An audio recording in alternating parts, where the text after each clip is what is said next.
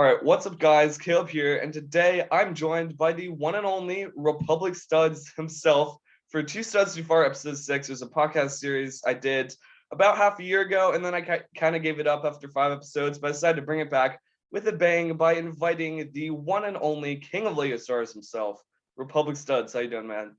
I'm good. That was a very generous introduction. I appreciate that. Thank you. Wow, I feel honored. All right. What do you usually say when you start a video? Um, um, what do I Hello, usually everyone. say? Hello, everyone. It is I, Republic Studs. Yeah. I've been doing the "it is I" thing forever, and I never thought to question it. It always just kind of sounded normal to me. But like, if you're a first-time watcher, like that's gonna sound like "it is I." Like you're. It is I. I never thought about it that much, but it's kind of a habitual thing now where I just do it on command. All right, I'm going to be asking you some questions, and I feel like we should just start by acknowledging that you're almost at 40,000 subscribers, which is like absolutely ridiculous. And yeah, I feel like the first question, and it's just something that everybody should be asking you, is what do you think is the reason behind your massive success on YouTube? Honestly, I'm dedicated. I I hate to sound that way, but I guess it's true. Yeah. I've known a lot of people who've made fantastic stuff. They could have beaten me by a million miles, but they just didn't have the, I guess, wherewithal. Like they got tired or they got burnt out. I still haven't had that. Yeah. God willing, I won't have that. But I feel like that's probably a part of it, if I'm being honest. Like I've just been consistent. I've consistently uploaded every day. I wanted to upload. I'm always motivated. Recently I've just been kind of tired.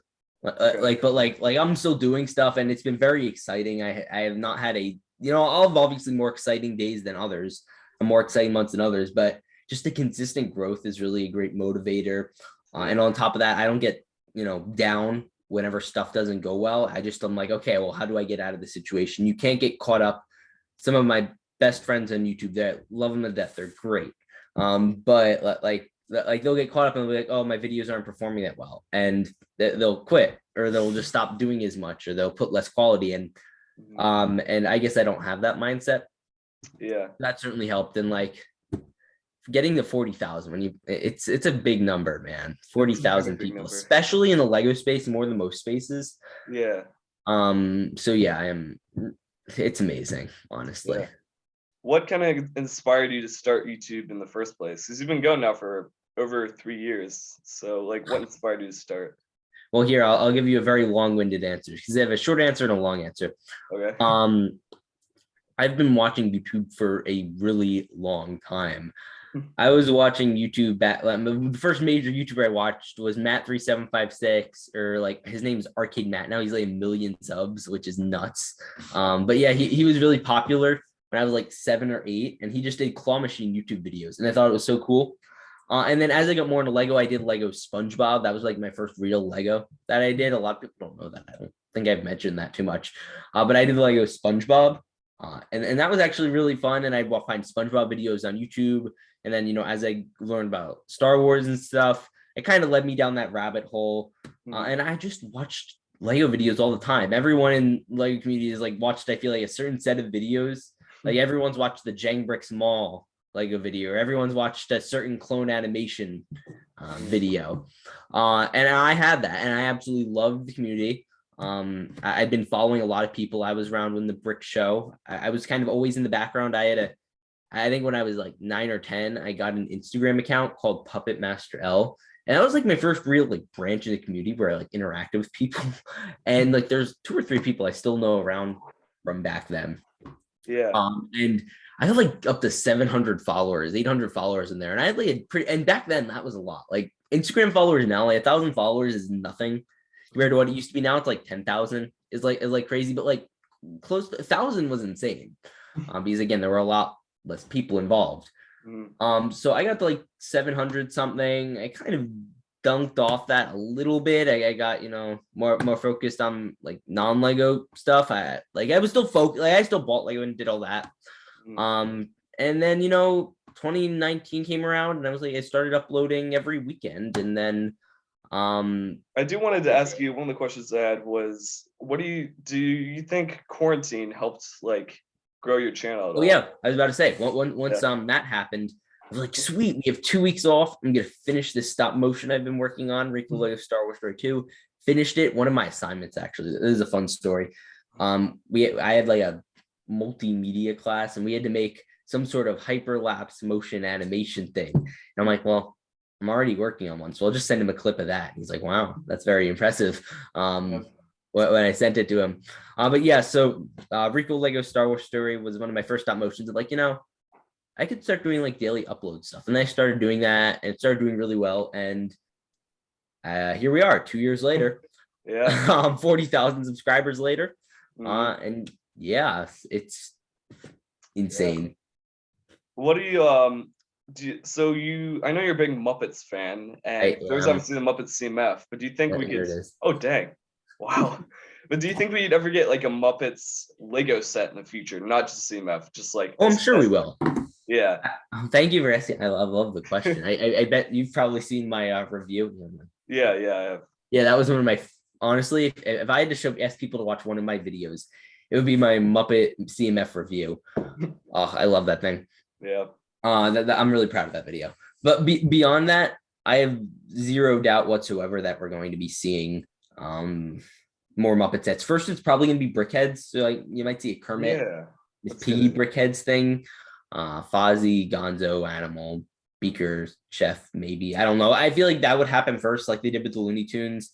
And Mhm. then eventually, I think I'd honestly see a theater, a Muppet Yeah. theater. That's like my go dream set. And I think that would probably be it. But that's all I need. I'm a Yeah. simple man. I don't ask for much. I just want my Muppet theater. That is like my dream Lego set. Yeah. What are your thoughts on the Lego Giza pyramids that go? The pyramids, yeah, those just came out. They're really cool. Honestly, I don't like that it's like half of a pyramid. It feels I don't weird. either. Yeah. I mean, well, I don't know if you follow me. You follow me on Instagram. I'm like, oh well, my people built that. So like, we have a whole story in the I guess the 5 books of Moses, or Judaism. So Yeah. we built those not necessarily by choice, but we built them. So maybe I'll buy one and build it in Lego. Yeah. What is your favorite set you own? UCS Falcon easily. Yeah. UCS Falcon by far the best Lego set of all time. I think it's Mhm. $800. It's well worth it. I own the UCS AT-AT. I just bought the Star Destroyer. Okay. Falcon is an amazing model. It was a relatively fun build. It had its Technic, which was less desirable. But it's the UCS Falcon for sure. If I had to go with non-UCS set, I'm inclined to say 501st Battle Pack just for sentimental reasons. Like it's just Yeah. like that was like coming around when I started YouTube, and it's great. So Well, you obviously also had the YouTube themselves sent you that box of chocolate. Well, no, it was a chocolate box, and it had like the cookie syrup. shorties, yeah, Yeah. that was something. No, So so like, I'm what is it like actually like getting acknowledged by YouTube and getting sent something like to your door by YouTube themselves? Like, it was great. The YouTube Shorts community is a thing I've been a member of for a while. They have these special meetings, like Google Meets, for like YouTubers to like discuss how they grow, and there are like a lot of cool people on there. Some famous people that have been on there. It's really kind of cool. yeah. And like for people who show up to the meetings, I guess like they were like, hey, we're gonna be sending this out. So if anyone's interested, just sign up a Google form and we could send this to you. I had no idea what it was gonna be. I opened the box and I'm like, oh, maybe there's like Lego or something cool inside the box. There was like it ended up being cereal, which I just Yeah. threw out the other day. But yeah, it was an entire box made of chocolate with little cookies inside, and it was the Mhm. funniest thing. Yeah. I'll be honest, I wasn't expecting it, but Yeah. Yeah. it was exciting, and I should have put that together. Looking back, I'm like, there was a straw, there was like all the indicators called shorties, like a cereal, and Mhm. Your the Lego Star Wars TV commercials from like the evolution of them that you did just hit 1 million views, which is that your most viewed video on your channel or? It is, and for May 4th, since it just hit 1 million, I wanted for May 4th to do like a special, so I did a new version. Hmm. And this includes some more ads from 2021 and 22. The last one was technically for 1999 to 2021, but it only had an ad, I believe, up to 2020. So we have two new ones. And yeah, so that's pretty exciting. It's a great updated version, higher quality. We cut out some fluff that like we had some problems with the other one, so we got it all fixed up. Yeah. Like, what's the like just having like a million views on a YouTube video, like 1,000,000, like that's something like that. A lot of people. Like, yeah, it would be better if it was monetized. That's probably part of the reason, honestly. It didn't, it did so well is because it was demonetized, so YouTube didn't keep the money. So the algorithm is more friendly to promoting it, but either way, I don't really care. It's just kind of nice to see like, whoa, like how many Lego Star Wars videos over the last year have gotten 1 million views? Yeah, like not many. Not many. Yeah. So to have one of my videos up there, certainly in high honor. Yeah. Yeah. And this is a very seemingly random question, but I do ask this to every guest that appears on my podcast. And that is, what is your favorite food? Favorite food? Ugh, I was thinking about this the other day. And you better not say pizza, because literally everybody on my podcast has said pizza so far. Okay, well, I'm gonna be contrarian. Steak's amazing. I love steak. Steak is amazing. Yes. Yeah, I you can't say pizza when there's steak. Steak exists, and steak is amazing. So yeah, there you go. What are your thoughts on the Obi-Wan show dropping soon? Are you hyped for that? I'm excited. I'm cautiously optimistic, but I'm not getting myself. I was really pumped, and I've kind of tamped back my hype a little bit. I'm a little concerned, I'll be honest. I've been seeing stuff. So, like, for instance, they gave the show age ratings. For The Mandalorian, which is not a super violent or gory or dark show, they gave that 14+. For Obi-Wan, they gave it 9+. Oh, wow. And on top of that, there's also like supposedly there was a first draft of the script that was like really dark, but I would like to see. And then they got rid of that because it was too dark.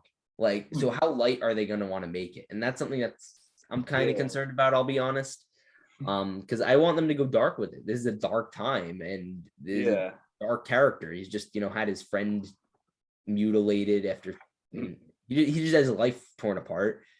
And I feel like dealing with that like on a realer level would be cool, but I'm worried it's gonna be like Book of Boba Fett, where it's just gonna be a mess, and Book of Boba Mandalorian's gonna show up and oh look, it's Baby Yoda, that type of thing. Are you into like? Have you seen the new Doctor Strange at all?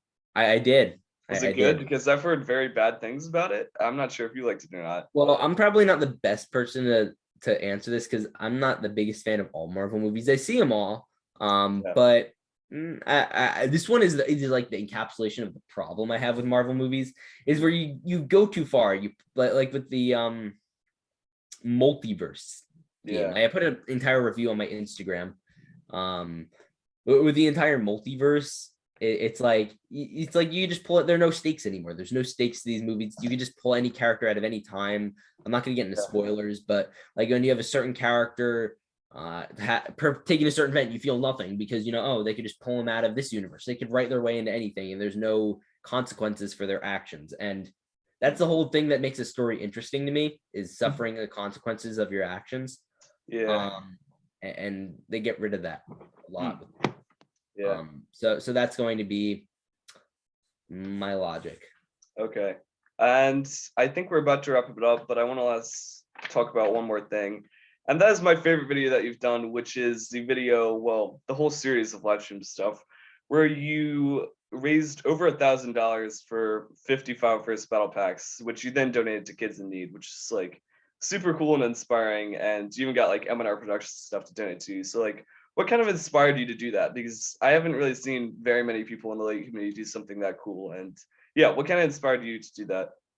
Yeah, that was one of my favorite things. I'm really glad you brought that up because a lot of people honestly forget that that I did that. It was kind of overshadowed by a lot of other stuff going on at the time. It was amazing. I really like seeing the community come together and help. It was a struggle for sure. I basically had to sideline that entire March in terms of like regular content stuff. Like I did content, but I pretty much had to sideline most of what I was doing, and it was difficult. It was really difficult. I'll be honest. We pulled through. We got the 1,000. Yeah. My goal originally was 100 battle packs. We ended up doing 50, but hey, I was good with that. Yeah. It was amazing. I really am happy that they all went to good use, and they all went to people who needed it, in my Yeah. opinion, at least. And yeah, it was really great. That was back last March, so it's been over a year now, Okay. which Wow. is kind of nuts. Yeah. And I'm very happy and Nice. really glad I did.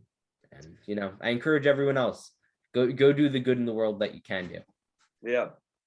Well, thank you for coming on, man. It's been really, really cool to meet a legend himself, Republic Studs. And thank you guys for watching. His channel will be in the description. The Super Productions signing off for now. And what do you usually say when you end a video? Peace out and stay Peace out. awesome. Yeah. Peace out.